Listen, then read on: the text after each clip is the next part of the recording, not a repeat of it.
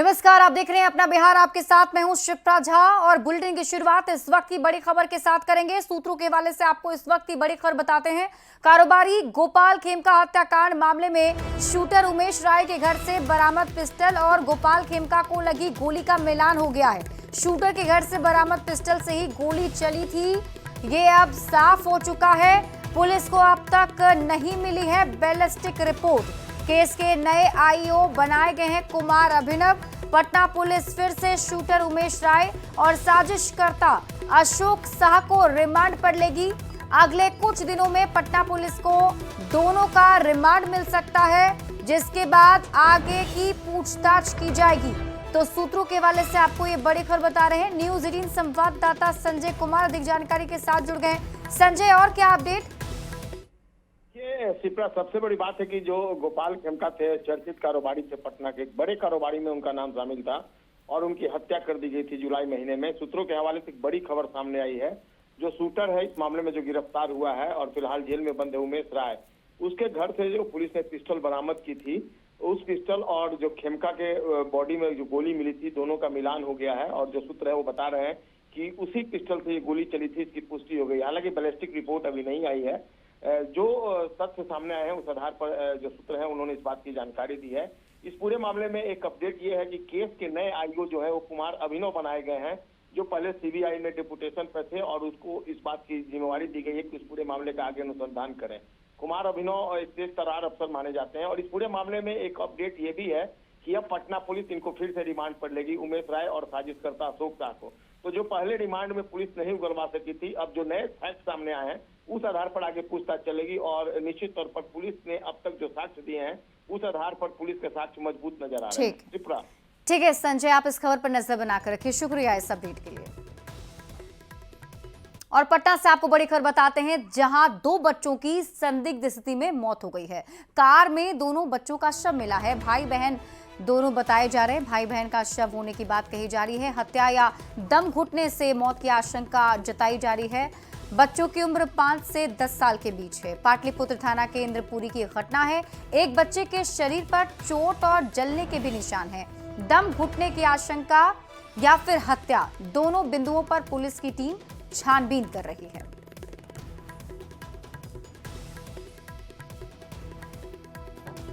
तो बड़ी खबर आपको पटना से बता रहे हैं, जहां एक कार में 2 बच्चों का शव मिला है। जानकारी के मुताबिक 5 से 10 साल के बीच दोनों की उम्र बताई जा रही है। हालांकि पुलिस की टीम दोनों एंगल से जांच कर रही है। हत्या या दम घुटने से मौत की आशंका जताई जा रही है कि उनकी मृत्यु का कारण क्या है। एक बार पोस्टमार्टम होगा तो उनकी मृत्यु का कारण पता लगेगा और कैसे मृत्यु हुई है ये भी अभी पता लग नहीं पाया है। बच्चों की उम्र 5 से 10 साल के बीच में है दोनों की और अभी आगे जांच की जा रही है। किस अवस्था में थी? बॉडी दोनों गाड़ी के जो मिडिल सीट होती है उसमें रखी हुई थी। 112 को फ़ोन किया गया, उसने आकर जांच पड़ताल किया तो मालूम चला कि एक बच्चे की सांस चल रही थी, दूसरे की मृत्यु हो गई थी। तो एक बच्चे की जो सांस चली थी हॉस्पिटल पहुंचाया गया, उस दौरान उसकी मृत्यु हो गई। चोट के भी निशान है। एक बच्चे के पीठ पे जलने का निशान है, तो वही पता किया जा रहा है कि वो चोट कैसे लगी है, पहले से कब जला, कोचिंग में जला या इनको पता था जला नहीं जला, सब कुछ पता किया जा रहा है जाँच में। और अगली खबर आपको समस्तीपुर से बताते हैं, जहां अपराधियों ने घर में सो रहे दंपत्ति पर धारदार हथियार से हमला कर दिया है। हमले में पति की मौत हो गई, जबकि पत्नी को गंभीर हालत में बेगूसराय के निजी अस्पताल में भर्ती कराया गया। घटना हसनपुर थाना क्षेत्र के सुरहा गांव की है। अपराधियों ने गंगा प्रसाद यादव और उनकी पत्नी संजू देवी को धारदार हथियार से काटकर जख्मी कर दिया, जिसके बाद गंगा यादव ने दम तोड़ दिया। वारदात के बाद मौके पर भारी भीड़ जुट गई। पूरे मामले की एफएसएल की टीम जांच में जुट गई है। बताया जा रहा है कि मृतक का अपने दामाद से विवाद चल रहा था। दल के आए तो हम मार देगो हम दीदी के, तो वह पर हमारे पापा बस एतबे कहल के कि हम अपना बेटी के फोन करके हमारे दीदी, तो वह पर पापा कल के ठीक है हम अपना बेटी के ले आवे तो अपना लग रहा है भले शाम को बहन को उसके ससुराल से ले आए। हाँ, क्या लग रहा है आपको, आप लोग को क्या लग रहा है? बस एतबे लग चुकी वह कहीं नहीं है कि वो आजकल छे ना साल भर से ओकर एहन भेल छे, शराब पी के सुबह से शाम धूत रहे छे। हम यहाँ पे अभी तक जो जांच किए हैं, अभी तक प्रथम दृष्टया ये पारिवारिक विवाद लगता है। बॉडी को अभी पोस्टमार्टम के लिए भेज दिया गया है। स्पष्ट रूप से आपको आगे अनुसंधान होगा तब हम क्लियर कर पाएंगे।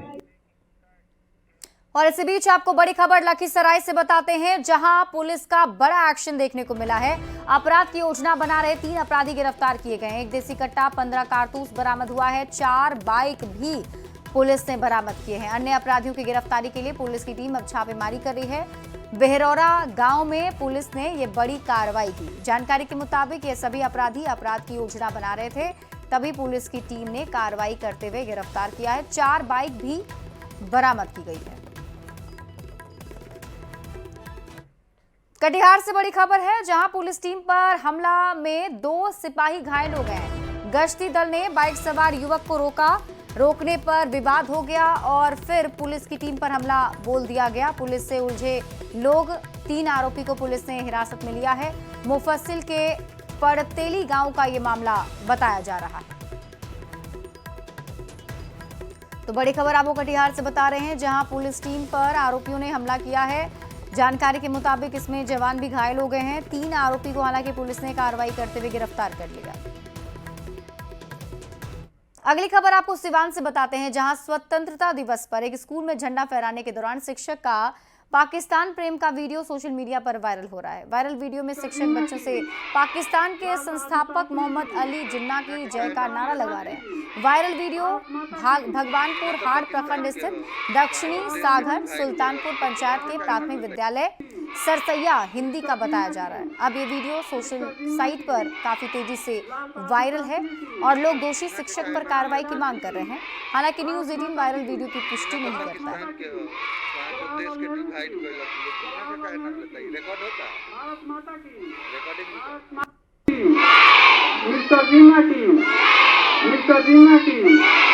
लाल बहादुर शास्त्री की, भारत माता की। जीना तो पाकिस्तान के हो, जो देश के डिवाइड कर जीना का काहे नाम लेता है? रिकॉर्ड होता है। भारत माता की, रिकॉर्डिंग भारत माता की। इनकलाब, इनकलाब, भारत माता। बढ़ते आगे, भूमाफियाओं पर कार्रवाई को लेकर डिप्टी सीएम विजय सिन्हा ने जिला प्रशासन को बड़ा आदेश दिया है। मुजफ्फरपुर के काटी में भूमाफियाओं पर कृषि विभाग की जमीन को बेचने का आरोप लगा है और इस पर डिप्टी सीएम विजय सिन्हा ने अधिकारियों को भूमाफियाओं पर सख्त कार्रवाई के निर्देश दे दिए, साथ ही कड़े एक्शन लेने की बात कही है। के अंदर जिलाधिकारी एक्शन लेंगे, पूरी प्रक्रिया की जानकारी लेकर, और ऐसे भ्रष्ट लोग किसी भी कीमत पर नहीं बचेंगे।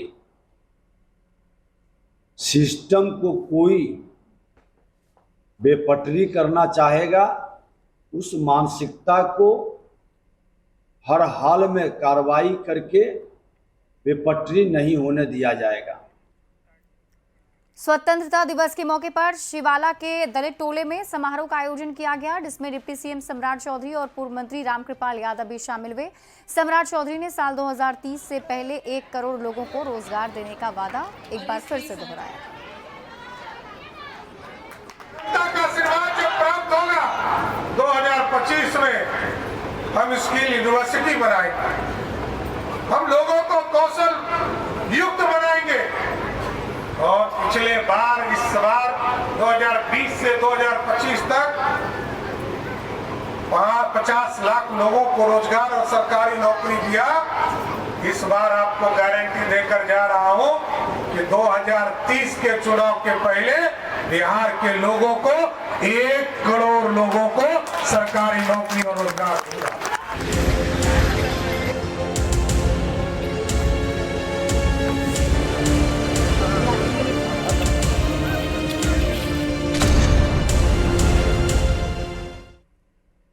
बढ़ते आगे, भागलपुर में 12 प्रखंड के 58 पंचायत बाढ़ से बुरी तरह प्रभावित हैं। बाढ़ पीड़ितों की मदद के लिए सरकार आगे आई है। बाढ़ पीड़ितों के लिए जगह जगह शिविर बनाए गए हैं। 186 से ज्यादा कम्युनिटी किचन चलाए जा रहे हैं। शहर के पॉलिटेक्निक कॉलेज स्थित बाढ़ राहत शिविर का प्रभारी मंत्री संतोष सिंह ने जायजा लिया है। उन्होंने भोजन कर रहे पीड़ितों से बात भी की, मेडिकल टीम की दवाइयों की उपलब्धता जांच की और अधिकारियों से परेशानियों को दूर करने का निर्देश भी दिया। 150 से ज़्यादा चल रहा है और ज़रूरत पड़ेगा तो और ज़्यादा चलेगा। जो बाढ़ की स्थिति है, जब तक बाढ़ का स्थिति नियंत्रण नहीं हो जाता है, बाढ़ का पानी नीचे नहीं चला जाता, तब तक हम लोग सामुदायिक किचन चलवाएंगे। और अभी मैंने फिजिकली वेरिफिकेशन किया आके इस सामुदायिक किचन क्या है, मैं बाढ़ पीड़ितों से मैंने बात किया। खबर आपको जमुई से बताते हैं, जहां सोनू प्रखंड के उत्क्रमित मध्य विद्यालय लहथरा स्कूल तक जाने के लिए सड़क नहीं है। पक्की सड़क नहीं रहने के कारण स्कूल आने जाने में बच्चों को काफी परेशानी होती है। बारिश होने के बाद कच्ची सड़क कीचड़ से भर जाती है, जिसके बाद छात्र काफी मुश्किलों का सामना करके स्कूल पहुंचते हैं। ऐसे में छात्रों और बच्चों ने पक्की सड़क बनाने की मांग की है। बनवा दीजिए, बहुत दिक्कत होता है। कल बच्चा गिर गया कादों में और पैर में कादो लग जाता है। इस रोड पे हम लोग चप्पल जूता पहन कर नहीं आ सकते हैं। सर बच्चे लोग जैसे रेगुलर स्कूल जाते हैं यहाँ पे, तो पैर कट जाते हैं पत्थर और ये कीचड़ में, तो परेशानी होता है जाने में। ऑपरेशन सिंदूर के दौरान असाधारण साहस और वीरता को लेकर बीएसएफ के सब इंस्पेक्टर मोहम्मद इम्तियाज को वीर चक्र से सम्मानित किया जाएगा। सरकार की घोषणा का शहीद के परिवार ने स्वागत किया है, साथ ही गर्व का पल बताया है। बहुत ही गर्व की बात है, बहुत खुशी है कि उनको वीर चक्र से नवाजा गया है। और आज दुख भी है, एक बेटा होने के नाते दुख भी है, और एक देशवासी, एक हिंदुस्तानी होने के नाते गर्व भी है अपने फादर पे कि उन्होंने जो अपने बलिदान दिया, इस देश के लिए दिया। बहुत अच्छा लग रहा है कि देश के लिए शहीद हो गए, वीर चक्र मिला है, बहुत गौरव है। और पीएम मोदी के 75वें जन्मदिन से पहले न्यूज़ 18 आपके लिए लेकर आया है एक खास सीरीज, जिसे हर रोज हम आपको दिखाते हैं। आज आप देखिए पीएम मोदी पर सीरीज का अगला एपिसोड, तकनीक से परिवर्तन।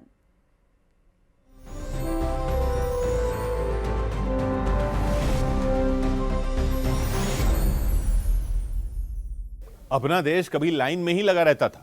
सिनेमाघर हो, रेलवे स्टेशन हो, अस्पताल हो या फिर बैंक ही क्यों ना हो, जहां जाइए पहले लाइन में आइए।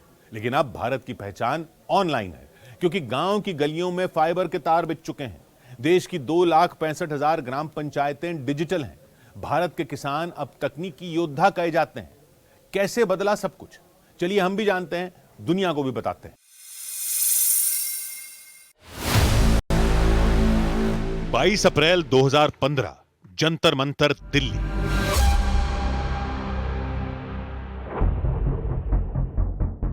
जंतर मंतर पर एक किसान रैली में गजेंद्र सिंह कल्याणवत नाम के किसान ने पेड़ से लटककर सबके सामने आत्महत्या कर ली। एक किसान की क्रूर नियति पूरे देश ने टीवी न्यूज चैनलों पर देखी। गजेंद्र ने सुसाइड नोट में जो लिखा वो सभी किसानों का कष्ट था। गजेंद्र ने आत्महत्या की वजह बारिश और ओलों से बर्बाद फसलों के बाद बने बेबस हालात को बताते हुए उसको बयां किया था। ये हालात सिर्फ गजेंद्र के ही नहीं थे, भारत के लाखों किसानों की यही व्यथा थी। दिल्ली में जब सरेआम किसान के आत्मघाती फैसले पर जमकर सियासत हो रही थी, तब प्रधानमंत्री नरेंद्र मोदी ने उसके समाधान का अभियान शुरू किया। पूरी तैयारी के बाद नरेंद्र मोदी ने लॉन्च की प्रधानमंत्री फसल बीमा योजना, जिसमें किसानों की खरीफ, रबी और बागवानी फसलों का इंश्योरेंस किया गया। फसल बीमा प्रीमियम किसानों के लिए तय किया गया। खरीफ फसल 2%, रबी फसल 1.5%, बागवानी 5%। बाकी का पूरा प्रीमियम केंद्र और राज्य सरकारों की देनदारी बना।